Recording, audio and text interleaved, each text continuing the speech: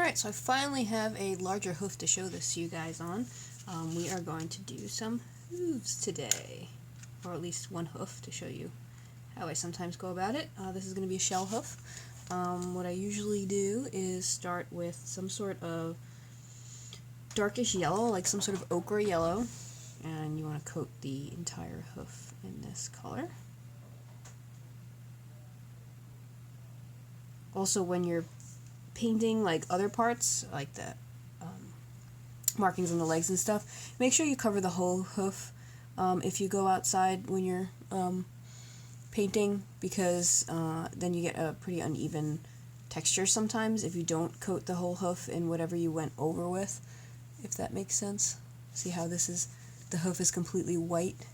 Like, you don't have to do this every time, but if you go out of line a lot while doing the markings and stuff, you're going to want to just even that out to make sure you have an even surface to work on.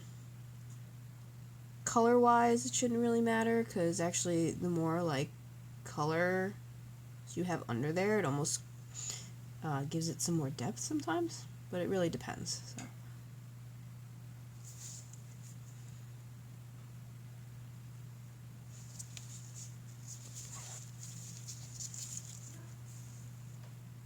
Trying to make sure I have everything in frame.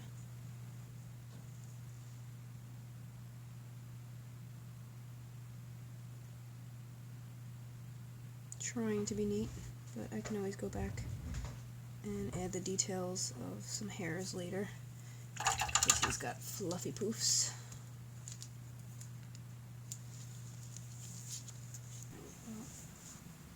Hopefully you can generally see what I'm doing.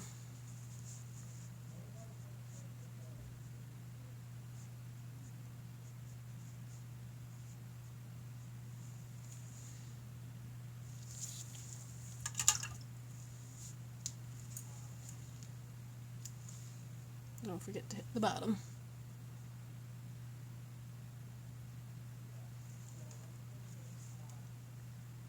I personally hate doing hooves. It's probably the part I like the least.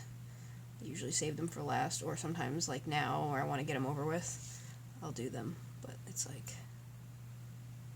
I don't know, I just hate doing them.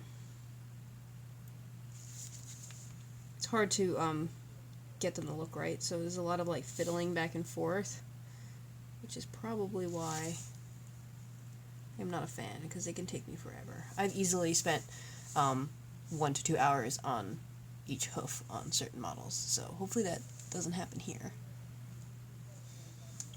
Alright, so he's got his hoof coated, or her hoof coated in the dark yellow. I'm going to let that dry, and then we'll come back with some more detailing. Now what I like to do is to seal this in, because sometimes when you're working with the details all on top of this, it can rub off the paint, and it gets really annoying to try and keep fixing that, going back and forth. So I like to seal this part in, so at least it only goes down to the yellow, and I can build it back up. You don't have to do this step. It's a preemptive strike, pretty much. Prevents things before they happen. This is a terrible brush. I don't even know where this came from.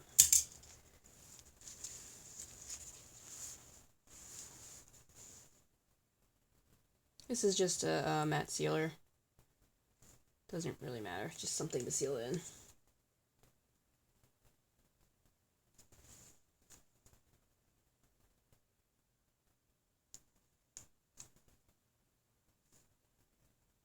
This also will help you later on,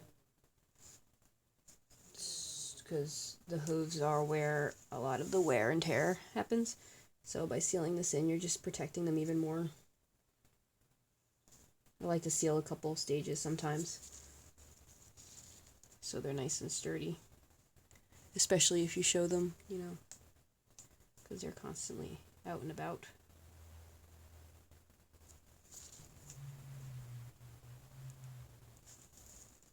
Alright, so you probably don't need to watch me do that whole thing. So we're going to seal up all the hooves and then let that dry. Next, what I'm going to do is take a really thin light brown could probably get away with burnt umber, a light burnt umber. Different brands look very different, so this I believe is burnt umber, but it's a very light one. So with that, I'm going to start making some stripes going from the bottom up. See, what I like to do actually is to go light to dark on the hoof most of the time. Look at your reference photo. All hooves are different. Sometimes there's dark at the top, sometimes there's dark throughout, so just make sure you're looking at your reference and do that accordingly. But this is just the basic, quick, well, not really quick, but I mean the basic way to go about a shell hoof. So it really does vary depending on your reference. And you want a very thin brush, and you want very thin lines. That one's like too thick, but that's okay. It adds some variety.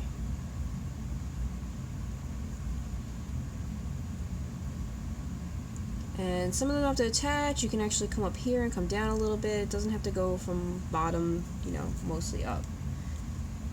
Just generally in this direction to start.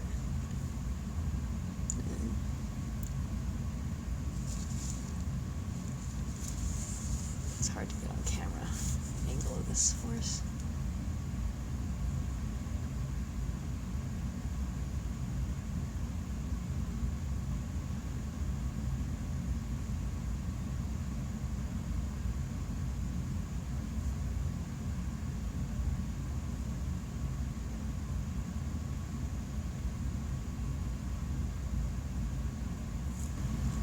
Hopefully you can see that. Now we want to, you're going with the growth lines of the hoof, so don't just make them willy-nilly. They should be how they actually grow and how they actually form. So again, take a closer look at your reference. What we'll do next, sorry, take a paintbrush out of my mouth. Now we're going to, now we're going to go the opposite direction for the growth lines this way. This way. And, but very lightly. We don't want super distinct lines like that. And again, very, very thin paint, like transparent thin paint. And a very thin brush. I can actually probably go thinner than this brush, but for demonstration purposes, this will do.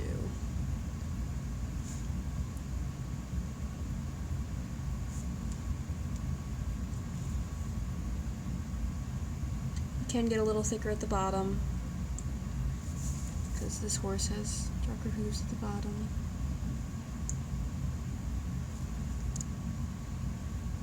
See, like that was a little too much there. But I mean, you can keep going. Layers will cover things. Just keep going with layering until you're happy with it. I mean, I'm just going to show you the beginning steps. I'm probably going to continue to fiddle with it after this tutorial. It does require quite some back and forth. So there we have our light brown color, lightish brown color with the stripes. Now I'm going to do that to all the hooves, and I will be back. Now what we're going to do is go back in with a very thin white, most transparent, and do the same thing, except instead of from the bottom up, we're going from the top down.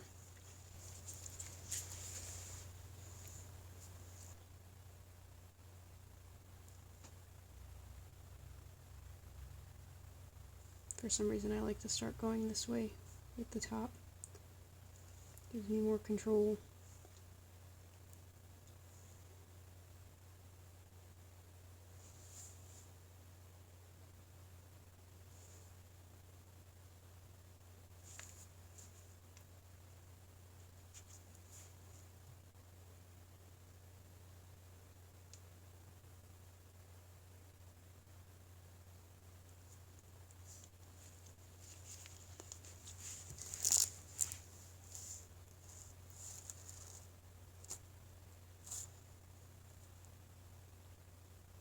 And these aren't done yet, so that's going to get more detail later anyway. So it's okay if we go into the feathers there.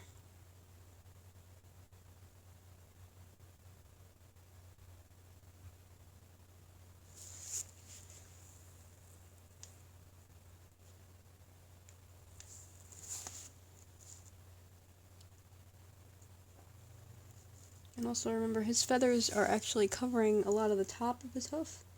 So it's not going to be so white up there because you're not actually seeing the top part of the hoof. So you kind of have to judge where that starts and ends.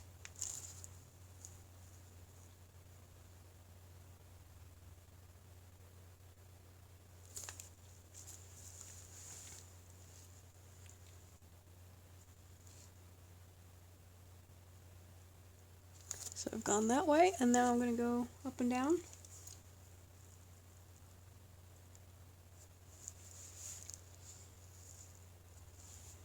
Just like we did before, but the opposite direction.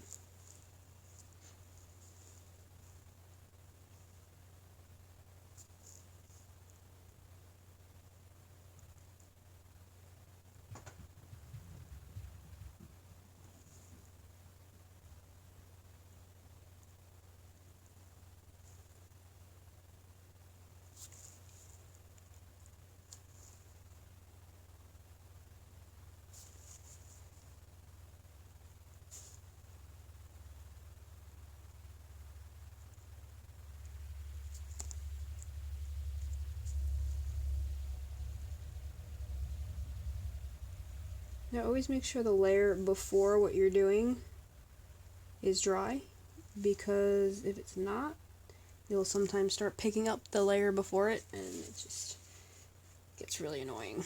It happens to me almost like every time I do a hoof. I'm trying to do this and keep it in camera at the same time, and it's just not going so well.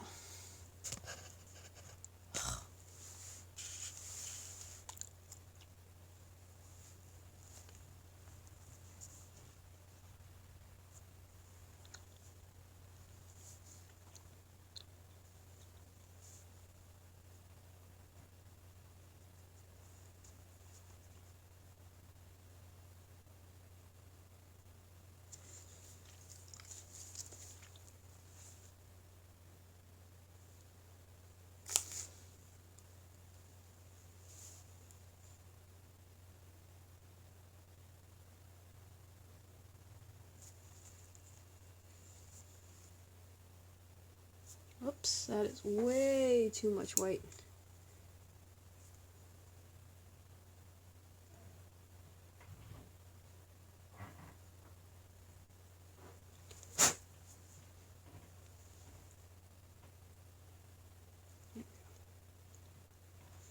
And sometimes you may not want to use a pure white. You can probably use an off-white. It might sometimes gives you a little better result.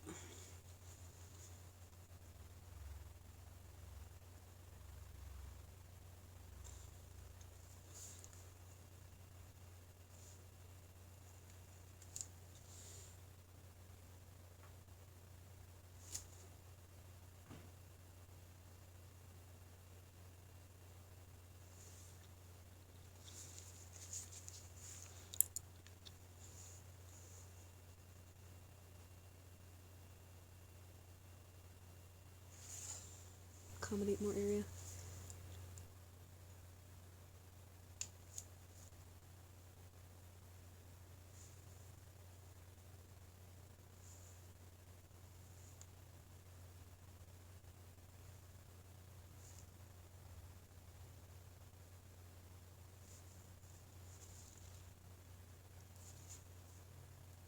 My lines aren't exactly going properly. I need to fix that.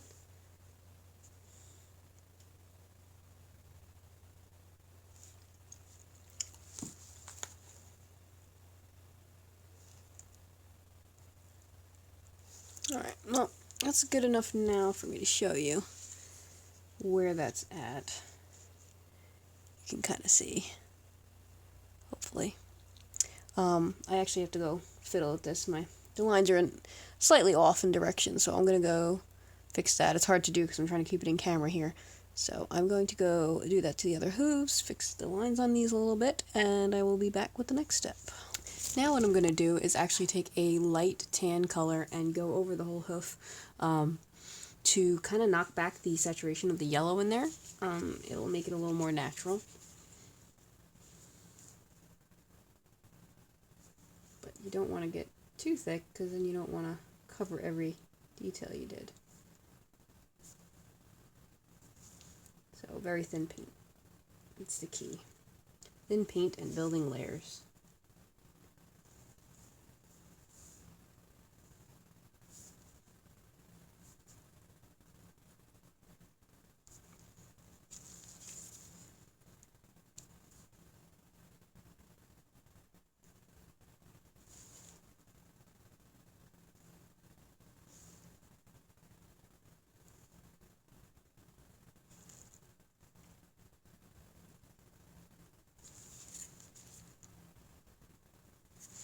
And that's the gist of it. You could see it knocked back compared to the other hooves. Like how much yellower these are compared to that one. I don't even know if it's really picking up the difference in the camera. After this, what I like to do once this dries is actually rub some pastel or pigment on the bottom of the similar color as to the dark color that you put there, just kind of at the edges at the bottom, and it kind of just blends it nicely. Probably like a burnt umber would do well, but don't put too much. You just kind of want to get a nice little shadow at the bottom. I'm not going to do it on video because I still have to go, do more of this. Like, this is, if you're happy with this, then that's fine. That's totally up to you. This is the part where it varies by artist on, how many more layers you want to do. I'll probably do 1 or more 2 layers of this. It's the same process, minus the yellow. Like, you wouldn't put the yellow on again. You would just go in with the dark brown and the white and the tan color. Back and forth until you're happy with the result. The more layers you build, the more natural sometimes it looks. But it's totally up to you and what you like and what fits the piece. If it's a really complex piece, you want to make sure that you have a lot of detail in your hooves. If it's like fairly simple, fairly basic, this guy's not too crazy, I'm not going to go too crazy with the hooves because then it will look out of place. So you kind of want to match what you're doing, match your reference. The reference is the most important part. You definitely want to keep looking at your reference. So go by the reference. Go by what you feel, go by what suits the piece best. But that's basically it. That's the process. It's just how much of that process you want to keep doing, and back and forth, that's how that goes. Thanks for watching. I hope this helps. This was a very requested video. Subscribe, like, comment, all that good stuff, and I'd love to keep hearing from you. Thanks for watching.